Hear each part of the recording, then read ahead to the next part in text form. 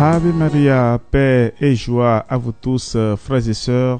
Et je souhaite à chacun de vous un très heureux et fructueux mois de mai, le mois dédié à la très sainte Vierge Marie. En ce 9e jour, nous continuons notre parcours avec le thème « Vertu de Marie ». Oui, « Vertu de Marie », c'est le thème que nous allons développer aujourd'hui. Nous souhaitons déjà les bienvenus à tous les nouveaux. Partagez autour de vous ces enseignements et que nous soyons vraiment nombreux à aimer la très sainte Vierge Marie.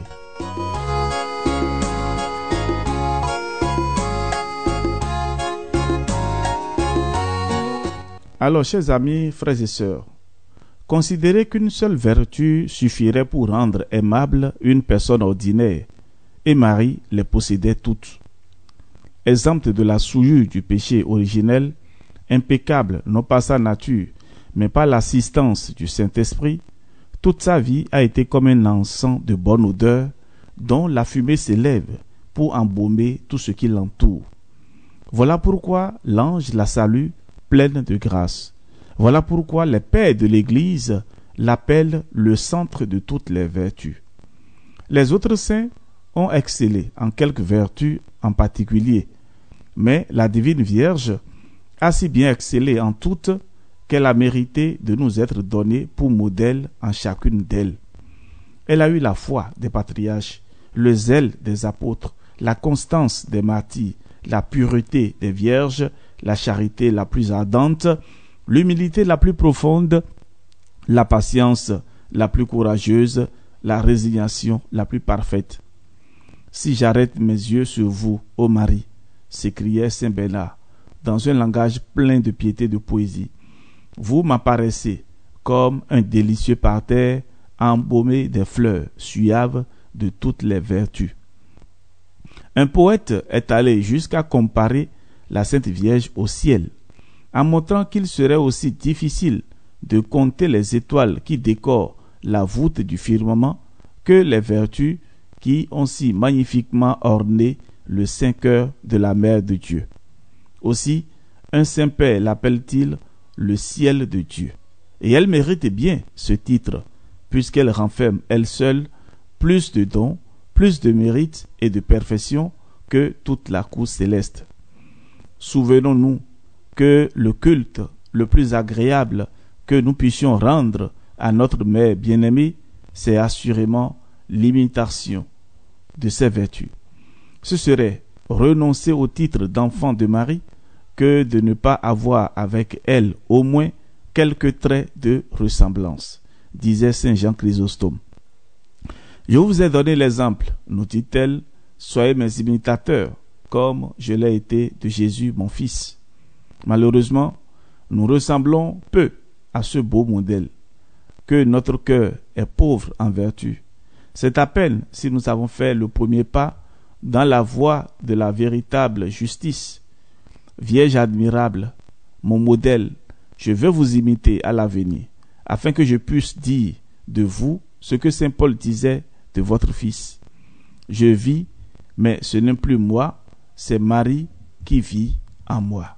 Oui, ce n'est plus moi qui vis, c'est Marie qui vit en moi.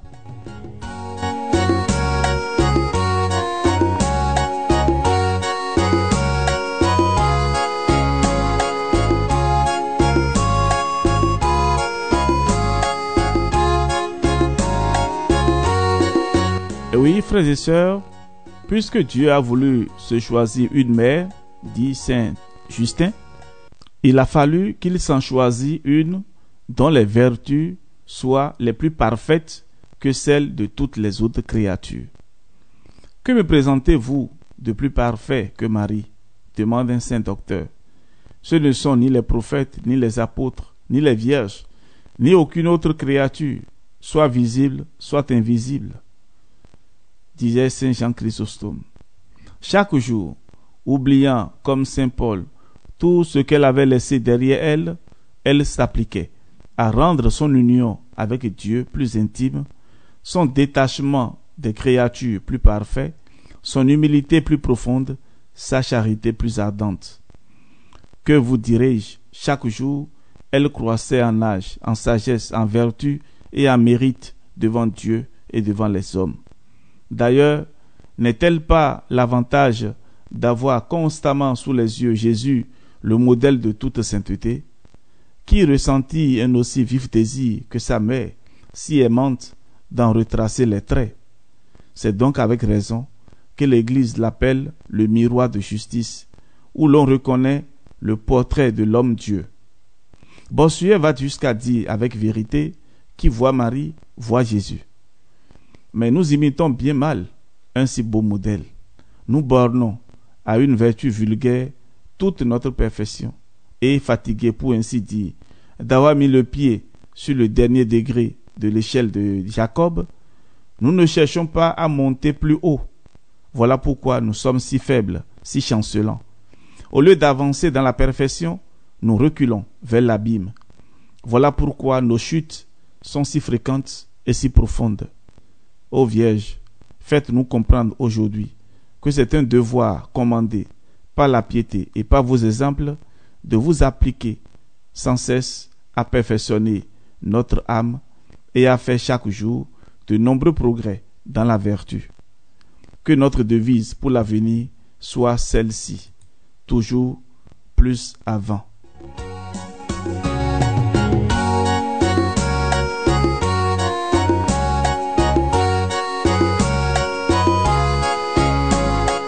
Et voici pour nous un exemple. Une jeune personne voulant marcher sur les traces de Marie quitta sa famille et le monde, entra dans une communauté et choisit en religion le nom de Rose. Je veux, dit-elle, ressembler à la Sainte Mère de Jésus que j'ai toujours honorée et tendrement aimée. Je sais que l'Église l'appelle Rose mystique parce que son cœur, comme une rose odoriférante, exhale le plus suave parfum de toutes les vertus. Vertus qu'elle pratique au plus haut degré de perfection. Ce nom me rappellera sans cesse que je dois marcher sur les traces d'une mère si sainte, imiter un modèle si accompli et devenir parfaite comme la Sainte Vierge est parfaite. Chaque jour, je méditerai une de ces vertus et j'en ferai la règle de ma conduite. Au commencement de chacune de mes actions, je me dirai: que faisait Marie dans cette circonstance, ou qu'aurait-elle fait à ma place? Notre sainte religieuse copia si bien son modèle qu'elle devint, elle, le modèle de toute la communauté qu'elle édifiait par sa piété tendre et toujours croissante. Ses compagnes la vénéraient et l'appelaient Sainte Rose. Elle mourut à 53 ans, riche de mérite et de sainteté, conservant même après sa mort, comme une rose épanouie le matin, sa fraîcheur et sa beauté virginale, qui ravissaient tous ceux qui venaient prier près de son corps. Quelle gloire, frères et sœurs, et quel bonheur si nous pouvons avoir, nous aussi, quelques traits de ressemblance avec notre mère bien-aimée. Quelle consolation à l'heure de la mort. Oui, quelle consolation à l'heure de la mort.